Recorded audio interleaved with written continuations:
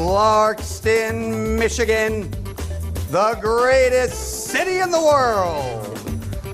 It's the Jose Aliaga Show. Jose Aliaga knows everyone. Get to know him as he interviews some of the most fascinating people from the greater Independence Township area. And now, broadcasting from the studios at Clarkston High School, the home of the state champion Wolves, here's Jose Aliaga. Welcome to the Jose Aliaga Show. I am your host, Jose Aliaga, and today we have an exciting guest. He's well-known, well-respected, well-liked, and he's my friend. His name is Curt Carson. How you doing, Curt? All right, Jose, thanks for having me on. Thanks. It's an honor and privilege to have you here, my good friend. Appreciate it. And you know, we're gonna talk today about real estate because you're a realtor, and we're gonna talk about some politics about the primary in South Carolina. You know, it's very fresh and it's a hot topic right now for everybody, and everybody probably wants to hear our opinion about South Carolina. But I bet they do. But you know, every time I start an interview here, I always ask the same question to all my guests, and this is a kind of tricky question. Do you know how to call a fish without eye? A fish without eye. A fish without an eye. Yeah. A blind fish. Very close. But no. Oh boy. You know what? You know how to call it? A fish without eye? You take the eye out. A fish fry. Okay. A fish fry. Good, good. So, Curt, so tell us more about real estate. You're a realtor, and probably a lot of people now is starting shopping, looking online, all that about buying a house in Oakland County. So what are the best places, in your opinion, to buy a house? Township, cities, what do you think? Well, I'm certainly partial to the Clarkston Independence marketplace myself. So obviously we've got a great market here, and we've got a great community, and we have just super properties for sale. And then we've got great surrounding areas, including Springfield Township and Waterford, Orion, Oakland, Brandon. So a lot of great places to buy, but this is just really one of the best places in Oakland County to live. Do you think it's also part of the schools? Do you think the schools is one of the things that motivate a family to live or move to Independence Township, Clarkston area, because the schools, the parks? You think it's influential? Or? Oh, those are very important. We've got a lot of pluses in our community, and certainly the schools are one of them. Clarkston area schools are certainly a fantastic school system. Frankly, we've got a great superintendent who does a great job in encouraging the staff to get the most out of the kids, and he understands that the standardized tests are not the only thing that measures a man or a woman. I love that about our schools. I think we're more out of the box than most of the school systems, and the administration, not only at the top but in the schools, are all very good. All the principals here are excellent, and you know a good school when you have a good principal. If the principal's good, the school is going to be good, and we have some of the best here. And that helps for people to buy a house, knowing that it's a good education, you know, the community is good. Absolutely, and there's other things that are so great about this area, such as the parks that you mentioned. You know, we've got great parks. We've got accessibility to great shopping, to airports, travel, the whole thing. All those things are important, and then we have a great government here in Independence. And when you look at communities that are really doing well, and you know, I take Grand Rapids as a great community, and they have a great government.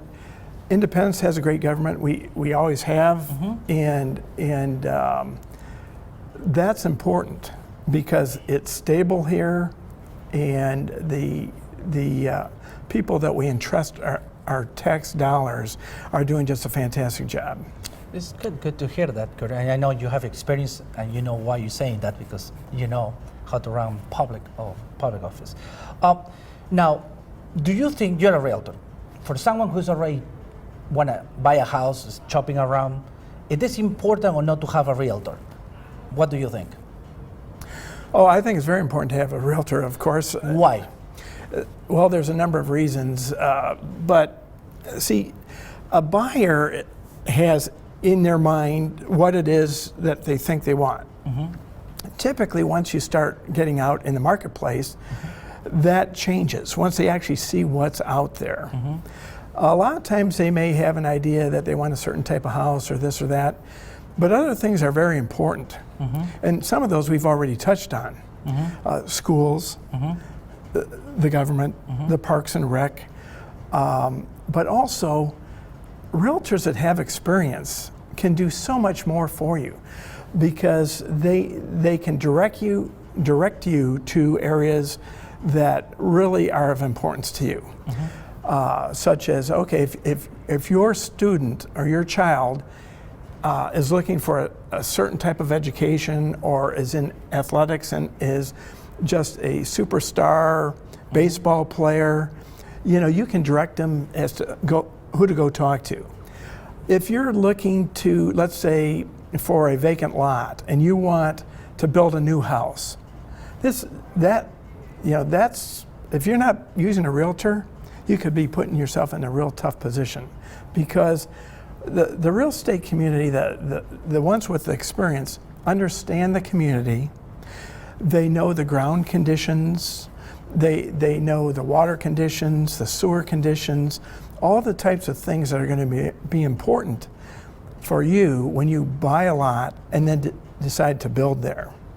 Ground conditions are so important because you can have a beautiful looking lot and you say to yourself, I wonder why no one else has built on this lot. It's all built up around it, but no one's built on this lot. Well, there may be a good reason. There could be some problems. And a good realtor can help you steer around those things to make sure that you don't make a mistake that can be very costly to you. It's true, and many people don't know that because if somebody want to buy a house and take the risk to don't have a realtor, they will deal with issues like this. Well, and more importantly, that's for someone looking, and especially somebody if they're looking from out of the area. Even when I go and buy homes, and I have properties, several properties around the state of Michigan. Wherever I go, I use a realtor from that area because I know the questions to ask, but I need somebody that's professional in the business that can actually respond intelligently to those questions. And once I get the answers I need, then I can get a comfort level and build myself up into a position where I can buy something. On the flip side, you have the sales side. You know, in today's world, do you want just anybody walking in the door? If you throw up a for sale by owner sign in front and somebody's knocking on your door, you don't know who they are. Now, if they're working with a realtor, the real estate community is educated in learning how to make sure these people are qualified to buy before they ever put them in the car and take them to your door. You know, they've got their phone number, they've got their address, they know what they drive, all those types of things. And we're seeing issues where, you know, if people are coming into homes and they don't know who they are, that can be a problem. True. What are the tips that you can give to the people to pick? What is the tips you can give somebody who is a buyer? So number one will be to get a good realtor, right? That's right. If you want tips from me, here are the tips. And by the way, we've got lots of great realtors in the area. It's good to know. I'm not the only good one, okay? But find a good realtor. Find somebody you're comfortable with, and let them help you, because that's what they're there for. They can steer you around any problems. There is a whole lot of things that have to be dealt with in a transaction. The realtor understands them. Everything from getting you pre-qualified, going through the process of putting an offer together, going through the inspection process, negotiating the deal, getting you to the close. They can do the whole process. They can help you through it, and if you let them, you're going to have a very easy transaction, and you're going to feel very comfortable, and you're going to, really feel great about it. So, for example, if some people have a problems in the past that when they bought a property, they didn't know that the property come with some issues like water bills. When the realtor helped the buyer to take care of that? Now, are you talking about a home that had water bills? Previously, from previous owner. Okay, yes. That should all be taken care of prior to the close. And if there is an outstanding bill and for water or sewer or anything else, then those things should be taken care of at closing. You should never close on a property and a month later be surprised that you have a bill that's outstanding from a previous owner. Okay. That shouldn't happen. Okay. But can happen if you don't have a realtor, someone is looking for you. I mean, looking to... Right, that goes through the whole process and reviews everything along the way to make sure that there's no surprises. I see. If somebody right now that is watching for Oakland County, I want to contact you, do you have any information, your phone number, email, website, or something that people can see? Because probably a lot of people say, oh, I love this guy. Jose, bro, finally a good guest, somebody who knows the real estate business, and someone is watching right now, how they can contact you? Well, I believe that probably my phone number and my website address will probably be on the screen.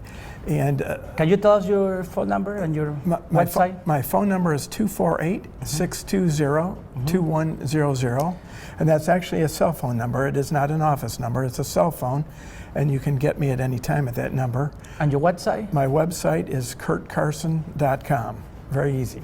Over curtcarson.com. Very, very easy. Just like Johnny. Johnny. That was a really good show. Yeah. Yes, it was. Yeah, it was a good show. Johnny Carson was a really good show. Well, now I want to talk also about the primaries. The primaries. So that sounds like we're getting into politics. We're getting into politics now. So all the goodwill we've just set up is all going to be destroyed here, right? No. I mean, well, let's see. I mean, we already have 3 primaries already: Iowa, New Hampshire, and South Carolina. Anyways, in the Republican side. And Governor Jeb Bush just dropped the race. So now we have 5, right? Let's go in the order. How right now is the result from South Carolina was Donald Trump, Marco Rubio, Ted Cruz. Then we have Jeb Bush already dropped, so we'll be Ben Carson. Ben Carson, and we have Kasich, John Kasich. Who do you like between those 5? I don't ask him who you're gonna vote. I ask him who do you like. Well, I think that we have some very interesting choices there.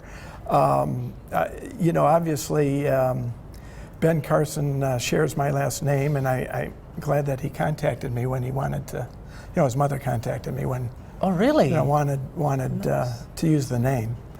But actually, I've got one of his books. I do a lot of reading, political reading, and I like a lot of the things that he has to say. They seem to be common sense things. Kasich out of Ohio seems to be, he obviously has been around for a long time, and he knows politics and he knows what's going on. Ted Cruz is another interesting candidate.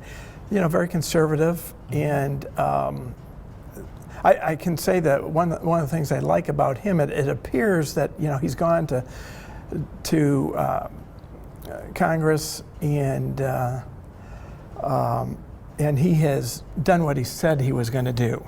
Okay, and one of the things that the people, at least a lot of people that I talk to, seem to be upset about or concerned about are the fact that we elect politicians and then they go to Washington and they do exactly the opposite of what they told us they would do, and that's why we elected them.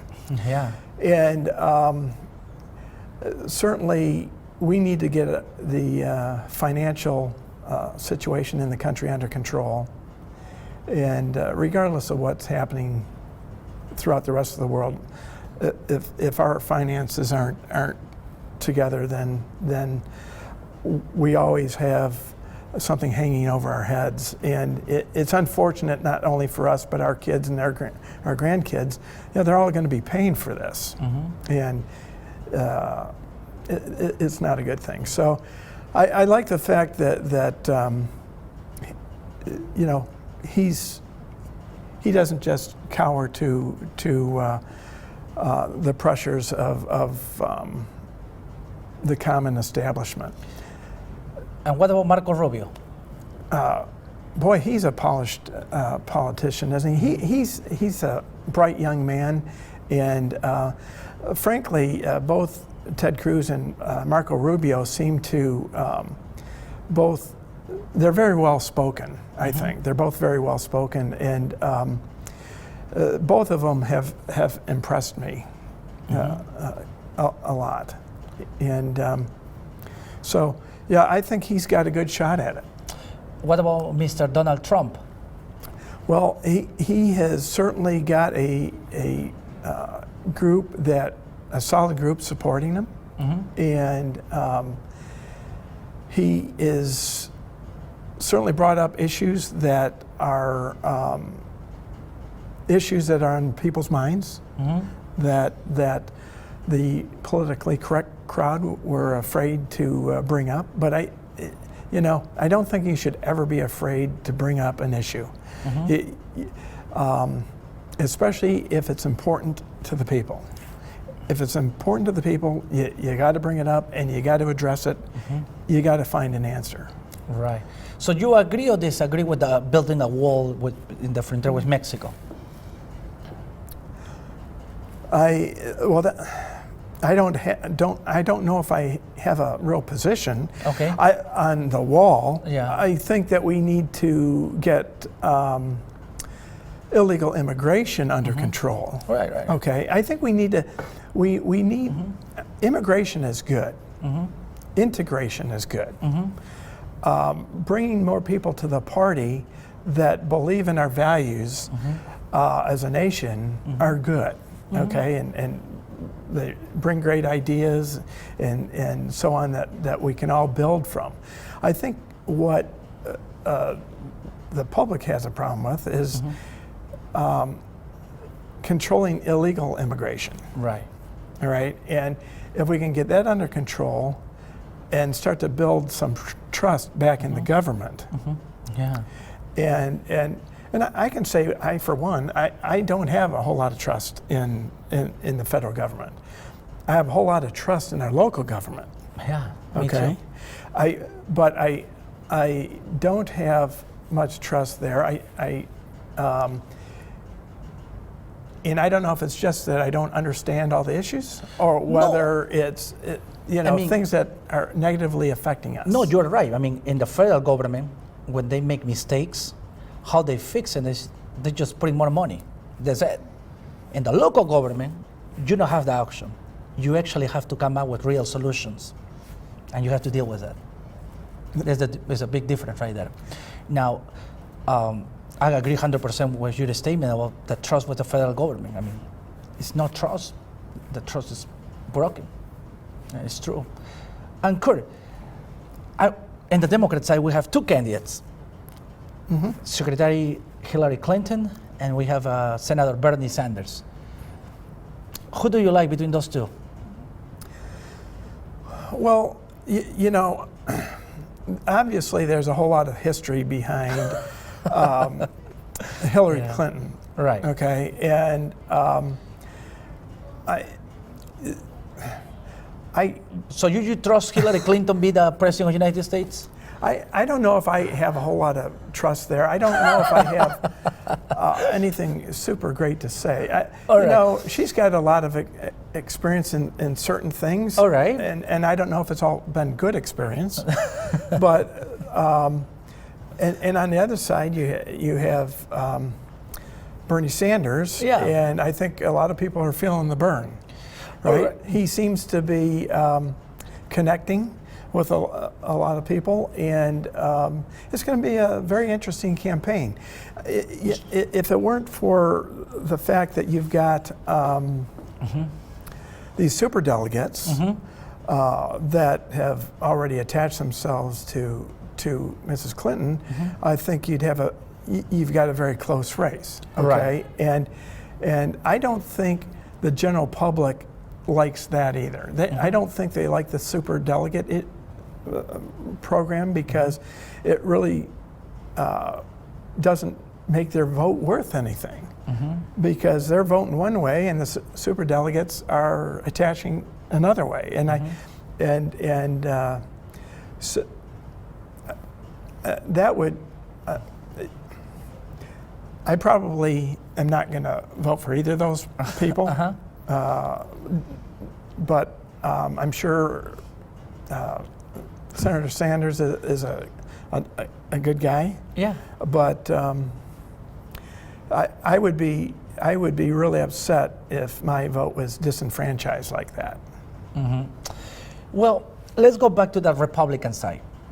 Governor Kasich is now scoring well in the last 3 primaries in Iowa, New Hampshire, and South Carolina, but he's still in the race. He's still there. And a lot of people believe, because I talked to several people during the last couple of months, believe that he have a chance to win a November election against a Democrat nominee because he's the governor of Ohio, and because Ohio has been going Democrat. It's a purple state, can go either way. Last time Mitt Romney had 50 bases on November election, working for a few months, and Obama had 200 bases working for him. And Obama won Ohio by close to 1%. It was 1%. But Romney had 50 bases, and he actually had to win the primary to be able to set up those 50 bases. And Obama was working for 2 years before that with 200 bases. Campaign bases, campaigning, drawing calls, doing calls, and all that. So knowing that Obama won by 1%, and having John Kasich, who is the governor of Ohio, you think he have a chance to win November election? Because Ohio is a purple state and is the swing state. Well, I don't know if he has a chance or not. Obviously, he has to win a nomination first. Right. But assuming, he won the nomination, do you think he can win November election? Yes, I think that he could win the election if he won the nomination. All right. But who will have more chance, him or Rubio? Because Rubio is the senator from Florida, which is also a swing state. Who do you think will carry the swing states? I mean, well, frankly, I think the candidate that builds the most trust with the people is going to have a shot at winning. And who is that? And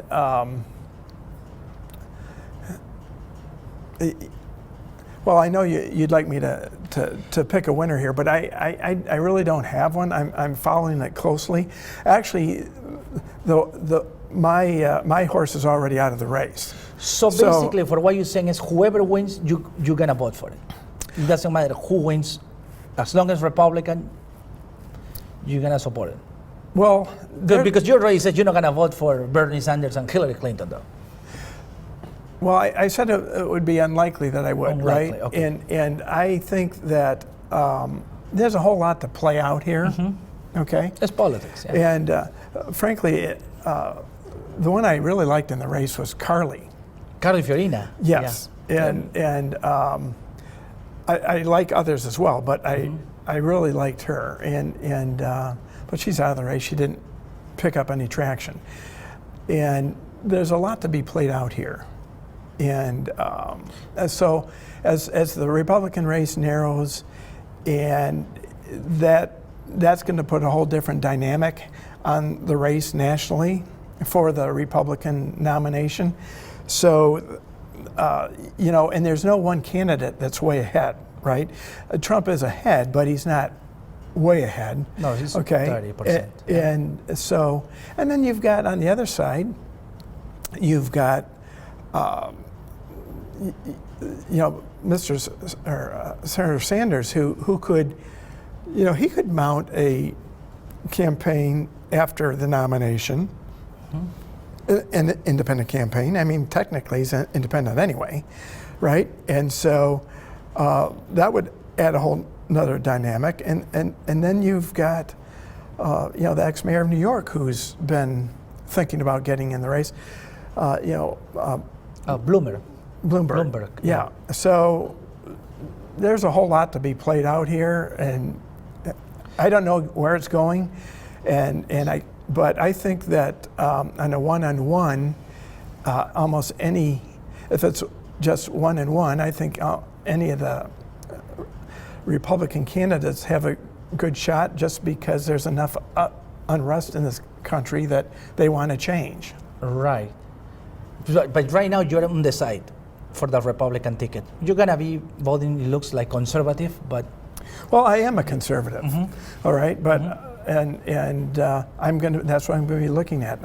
I'm going to be looking for a fiscally conservative candidate that is going to put the ideals of the United States first and try to correct some of the problems that we have. I see. Well, Curt, our time is up, but I wish we have more time, actually, because I enjoyed this conversation. You didn't have any other, no other questions on real estate? Well, on real estate, of course, if people please make sure, if you need a great realtor, my friend Curt Carson is the man, and you have his number right there, 248-620-2100, and his website is curtcarson.com. Well, Curt, thank you so much. I enjoyed talking with you. Thank you for having me. Absolutely. You're always welcome here. Well, that is all for today. The people that want to follow us on Facebook, or Facebook is add us on Facebook, the Jose Aliaga Show. You can click like if you like my show. If you don't like my show, you don't have to click, of course. But I wish you click it. We already have more than 300 likes at the Jose Aliaga Show. I have to say thank you, all of you that are watching, because we're going up on Facebook. And if you want to be in the show, you can call us at 248-736-7163. Thank you so much, and God bless you. Bye-bye. Adios.